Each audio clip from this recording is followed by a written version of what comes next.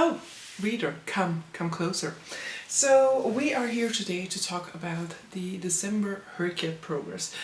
I can already tell you that I feel like the hrcyed progress is just getting less and less every single month, but that also of course makes sense since I'm not really like actively reading for hrcyed. I'm not actively looking for books to read for hrcyed. It's just sort of like what comes along my path, that is what I register for it, and we'll see whether that ends up changing closer to the fact, because I can already tell you that when it comes to like r/fantasy, we have just, like, the alarm bells have only just gone off in my head. But so, let's talk about the December progress for hrcyed.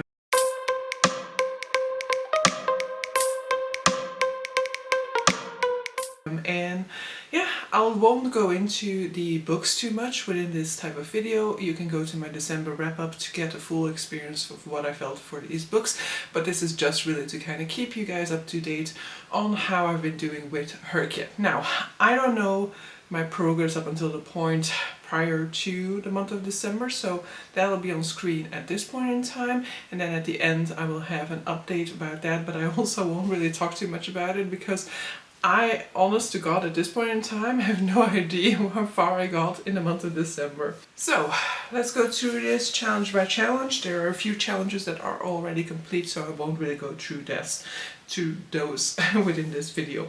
So the first challenge that I'm going to be talking about is the series Stairways, where you read a standalone book, a duology, a trilogy, a quadrilogy, or whatever we want to call that, a quartet I think it's called in this one. And in this one I did make progress because I finished a duology by reading Those Below by Daniel Polanski. So this is the sequel to Those Above, which was a reread, and Those Below is the book that I read for the first time for this particular challenge, which finished out a duology, which was also the oldest book on my TBR at that point in time, so also happy to have managed that.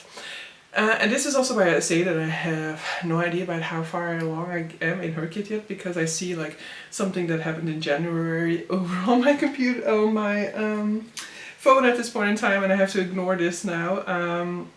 Then this happened in December, is that I finished out the quartets by reading the fourth book in the Terra Ignota series, which is called Perhaps the Stars. However, I didn't actually finish it, I DNF'd it. And so I have used the DNFing rules, and so the sort of like point system, in order to count this DNF. Or potentially, I think I had like, there are like secret prompts every month, and I think I completed the December secret prompt, which I no longer remember at this point in time, and that gave me the right to count a DNF. I think it's like that, but I'm not entirely sure about that anymore. Editing me can like put that in the comments, I guess, of this below the screen. But this is how I managed to count it, because I gotta admit, I have basically been struggling with the series from the beginning. I really enjoyed book one, but I also during book one already kind of felt lost at times. I do think that this is probably a book that I should go through physically if I ever want to give it another attempt, because there are definitely elements to it that I really enjoyed. It has a very innovative, like sort of like distinct style to it, and it has like, it talks a lot about world order, and it upset world order a lot. This is like a world in which we have no longer real nation states, but like you kind of identify to one group or another, and that is like your personality is not determined by the country you're from, but by the group that you decide most closely align. Most closely aligns with like your personality or ideals or view on the world. So yeah, those things I find interesting, but it is definitely one that I struggled with a lot in the audio format at the very least, to kind of keep track of who's who, what are the dynamics between the different groups. And definitely in this fourth one, at some point I was like, I'm really just like listening to it to go through the motions, but I'm taking nothing out of this anymore. And the only reason I'm actually still listening is for this particular prompt for hrcyed. And so then I just decided, let's DNF it, still count it. I might still read another quadrilogy during this time, who knows. I do have one potential for that, but yeah, for the time being this is counting, and I used the DNF rule to make it official, so we can go ahead with that. Then, I don't think I made any progress in the last 10 years challenge. Let's just make sure of that. Exactly. And all the adaptations, neither. No. Okay. So, disability rep was already completed, I think. No. So the next thing that I make progress in is the disability rep challenge, in which I read the 4th out of 5 books that I need for that particular challenge.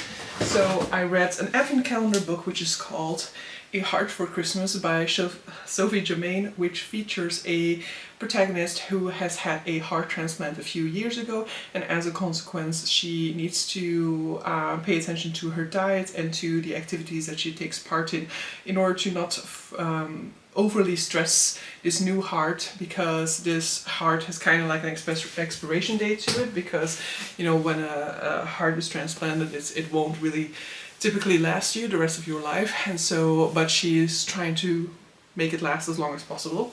And so yes, this counts for disability representation. And then there was no particular heritage month in the month of December, so I didn't make any progress towards that challenge because I try to always do them in like the actual heritage months. Translated works, so A Heart for Christmas, which I've just shown you guys, also counted for the translated work, so that added an extra one to that particular challenge, and that also completed that challenge. So another challenge complete, we love to see that. And then I also counted something for the Around the World challenge, because I counted the Penguin Lessons by Tom Mitchell for the South America location, which means we are now quite set. I have to get Africa still, and then there's still the bonus of Antarctica that I could fulfill, but it is not like, it's not a necessity. For the Even Bigger Rainbow, I have not made any no, I did, right? This is the month of December, I think. Now I already need to remember which books I read in which months. I read this in December, right? Yeah, finished December 24th. Okay, so for the Even Bigger Rainbow, I counted for Blue, The Loneliness of Sonia and Sunny by Kieran Desai.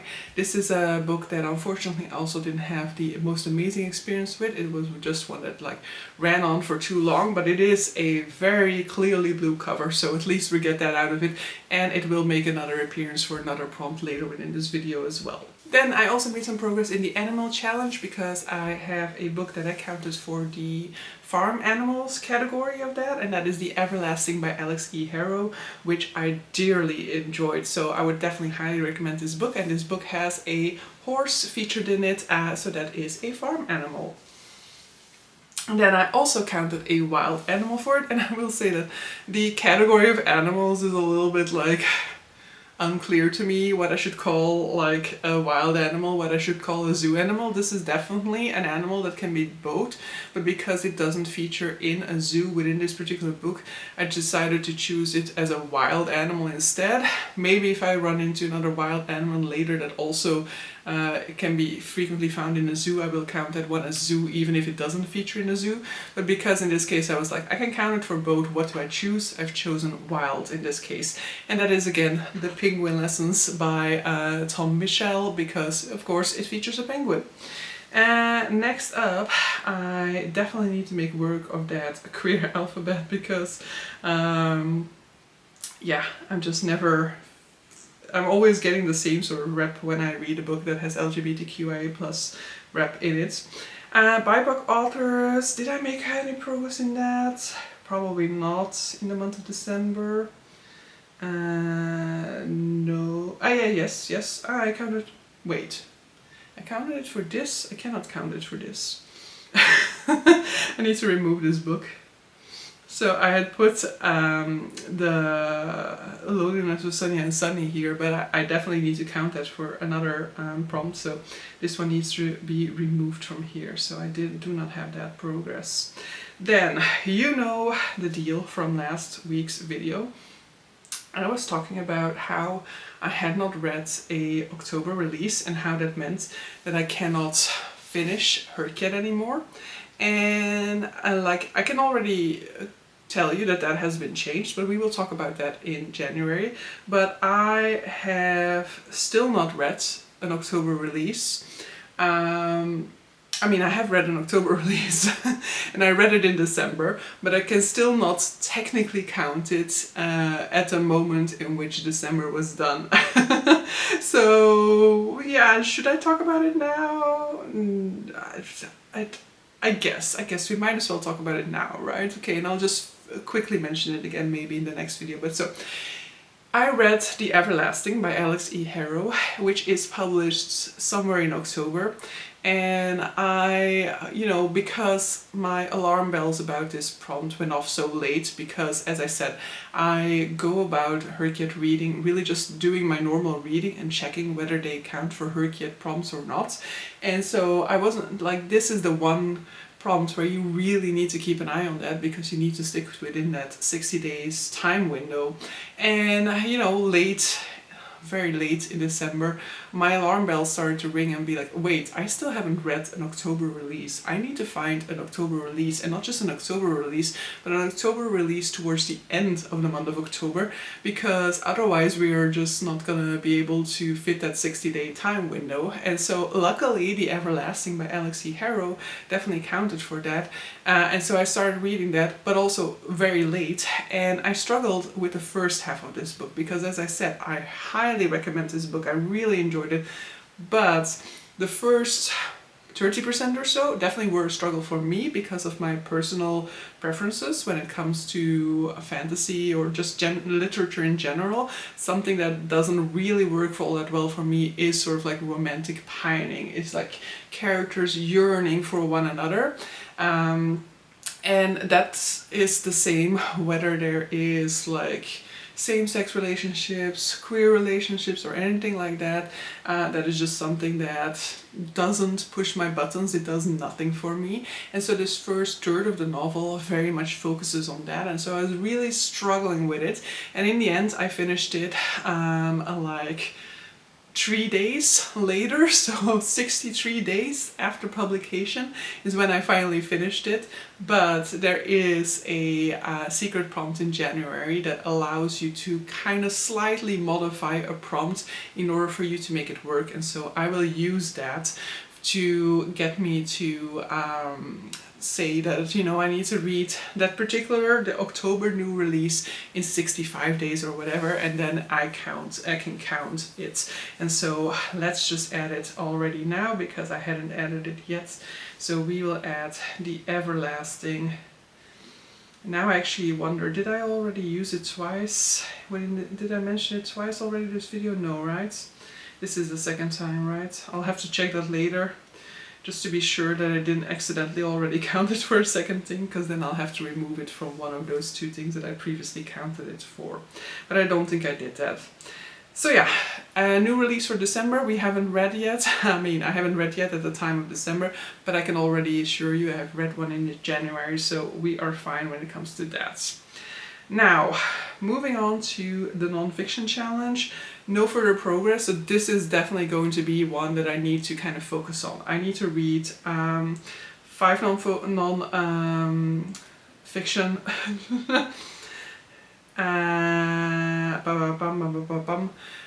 five non-fictions in wait, sorry, I got a text message from my friends, so that's why my brain is just like, I need to read 5 non-fictions in different type of genres, topics, whatever, by the end of June. So I definitely, and I've read one, which I would say is sort of like in the nature topic, I guess. And so yes, I do definitely need to make sure that I'm putting more non-fiction on the radar. Though for Read It Short in April, we are like, the theme is going to be learning, and so potentially I can put some non-fiction in there and get some of these off of my to-do list. Next up, subgenres. Yeah, this is one I need to look into, because probably I have made progress in it, But like every other hrcyed update video, I'm always just saying like, yeah, I need to sit down and make a list of what the fantasy subgenres are and just put some books in there. But so far I've really only put the one in there, which is like adventure fantasy, and I really just need to get going on that, because I definitely will have made more progress on that. Maybe we'll have even already finished that. Then for award season, I have added another book in here, which I see that I still have to actually add. I'll add it in here. It was a finalist. And that is The Loneliness of Sonia and Sunny by Kieran Desai. That's the entire reason why I read that book. So it would have been stupid for me not to count it in here, as I originally did when I accidentally put it in the wrong place. And the make a quote one, we will also say what I say every single time, is that I definitely still just need to get a move on that. But so yeah, that is where we are. I have no idea what that means for my overall progress when it comes to this challenge. I definitely need to make work, maybe in like March at the latest, of really making sense of like, okay, what do I really still have to do? Get a grip on the make a quote on the subgenres for fantasy, just so that I know what I'm playing around with, you know, so that I know where I need to focus on if need be in those final 3 months at that point in time, in order to complete this particular challenge. But I think we're doing fine so far, with the exception of the ones that I really haven't focused on at all. I think we're making decent progress in most of the challenges, but it wouldn't be bad to start sort of like fine tweaking some of these, you know. For example, the last 10 years one, I'll definitely get to a 2026 release now that they're fine, now that we've hit 2026, but some of those older years that I'm still missing, I might really need to kind of like look into which books I want to be reading for those particular prompts and just like slot them in somewhere in my reading time in the coming months. But so yeah, that is going to be it for this video. Hope you guys enjoyed it, and see you guys for the next one. Bye!